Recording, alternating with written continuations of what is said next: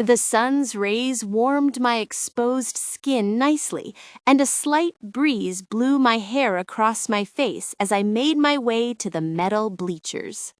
It was a beautiful day to be outside, a perfect mix of sun and wind. It was a complete contrast to the anxiety bubbling inside me. Ethan's dark expression in the cafeteria when Damien sat with me haunted my thoughts. I expected him to react negatively at any moment. He was unreasonably trying to keep Damien away from me, and I had a feeling it was only going to get worse, judging by the worried expression that had crossed his face in math class when he learned I'd be attending the tryouts. Maybe Ethan would aim the football at my head. Maybe I think too much, I told myself. I tended to do that, especially where he was concerned.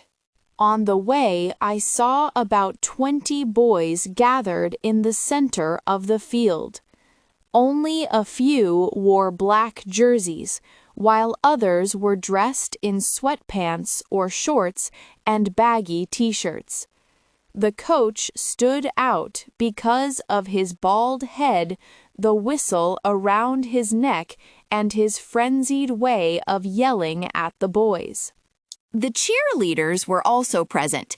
In one corner, mostly dressed in sweatpants and tank tops, they were stretching. I spotted Addison performing a graceful lunge and marveled at her flexibility. She was so impeccable and elegant that someone like me could only aspire to be in her place. Matthew Evans and Lola were already seated at the end of the middle row when I reached the stands. Other students were scattered across the seats, and I assumed football was a big deal at Jenkins. Matthew Evans spoke excitedly to Lola, who, as always, just listened and nodded. I was hesitant to join them as they seemed engrossed in conversation, but Lola spotted me and waved me over. Damien still managed to drag you here. It was hard to refuse. He loves football.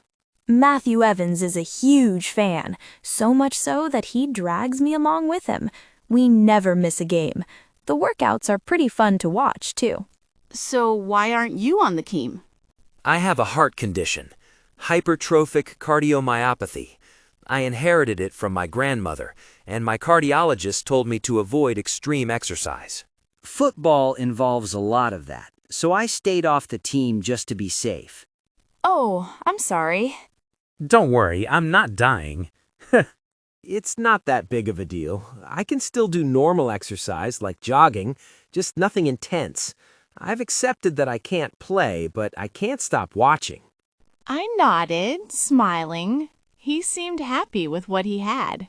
Lola kissed Matthew Evans's cheek and leaned on him. I turned my head to look ahead, not wanting to intrude. Soon my eyes began to search for Damien, and maybe Ethan too. I didn't see either of them yet. Damien isn't here yet. The coach asked him and Ethan to show the others a few tricks. They must still be putting on their gear in the locker room, like the lazy people they are. Ethan and Damien are our best players, our ticket to this season's trophy. The coach knows it, so he gives them a little leeway. Isn't it a team sport? Why put only 2 people on a pedestal? No one puts them on a pedestal. It's just that the coach isn't on their backs like he is with the others. Ethan and Damien have been playing since middle school, so they have his full trust. But you can still expect him to discipline them strictly if they step out of line. Coach Robert Martin takes this very seriously. Oh yes, very seriously. He even tried to pit those 2 against each other for the quarterback position at the start of junior year, but Ethan wasn't interested. They are both equally talented, but the game means more to Damien. He wants a sports scholarship for university. Ethan has no plans to make football his future. Why would he? He has wealthy parents and a successful business waiting for him. He didn't care about being captain, so Robert Martin finally gave the spot to Damien. Lola's long monologue gave me a new insight into their relationship. Ethan has a bright future. He might study medicine like his mother. His older brother is already in medical school. I'm pretty sure Mr. Richard Crawford wouldn't like it if his other son went too, though. Who would take care of his precious business? I kept quiet, processing this new information. Even though I hated him, a part of me was curious to know everything about Ethan. I had been looking for leverage to stop him from attacking me, but so far I'd found nothing. It only reinforced the idea that he was perfect except for his tyrannical side. Finally, they're here.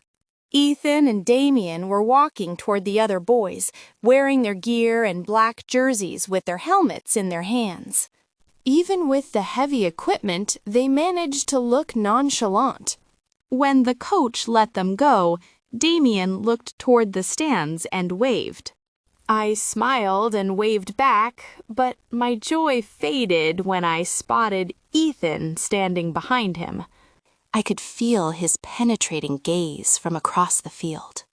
After lining up the candidates, the tryouts began. The coach blew the whistle, and they started laps. Then he ran them through a long line of orange cones at least 5 times. By the time they were done, the boys were drenched in sweat. Almost half of the tryout participants began to depart, their movements slow and labored. It tests their endurance. Half of them are going to be rejected right now. Indeed, his observation proved accurate, as many participants exited, visibly winded. The fun part is now. Damien was handed a football. He secured his helmet and advanced past the white line, skillfully rotating the ball. A sudden sight caused me to gasp. Ethan was positioned near the halfway line, facing our direction. He met my gaze before securing his own helmet. The whistle signaled the start, and the play unfolded swiftly. Damien charged across the field, then was assertively tackled to the ground by Ethan. I instinctively flinched. Despite the protective gear, the impact appeared significant. I hadn't realized the game involved such intense physicality. Ethan didn't need to apply that much force for a tryout. What do you mean? On the field, Ethan offered a hand, which Damien utilized to stand. That tackle was more assertive than truly required. Perhaps Ethan didn't intend it. Soon, evidence emerged proving Matthew Evans' initial assessment incorrect. Upon the coach's instruction to repeat the exercise, Damien was once more subjected to a forceful tackle. Damien, ever persistent, gave a thumbs up, preparing for another engagement. However, by the 4th impact, he found it challenging to remain standing. Is Ethan upset with Damien? No, I realized internally. It is I who am the object of his attention, and Damien is suffering the consequences. Ethan's intentions became clear. His gaze consistently found me before he made the firm tackle on Damien. Fortunately, the coach deemed 4 repetitions sufficient. Damien, visibly spent, began to limp towards the bench. A surge of anger and anxiety rose within me. Ethan's actions seemed a spiteful way to leverage his friend's participation against me. His eyes remained fixed on me, even as he conversed with the coach. My eyebrows knitted together, and my gaze intensified with disapproval. He responded with a subtle smirk. Such a provocative individual, I thought. Ethan was then tasked with tackling the newbies. They looked terrified after seeing what he did to the captain, but Ethan was much gentler with them. This pissed me off even more. By the end of the hour, only 4 students had made the team. Let's go see them. I didn't want to face Ethan, but he was sitting on the bench with Damien. Don't complain. The pain will be gone tomorrow. I don't really care. Don't lie. You wanted to play the big macho captain for the new guys. It's better than being a jealous bastard like you. He stopped when he saw us. Ethan followed his friend's gaze, an angry frown marring his face. Ethan is jealous? What is he jealous of, Damien? I wanted to know that too. Maybe Damien's predicament wasn't my fault after all. Fuck you, Matthew Enns. It's nothing. Casey, you came, but I couldn't even make it through.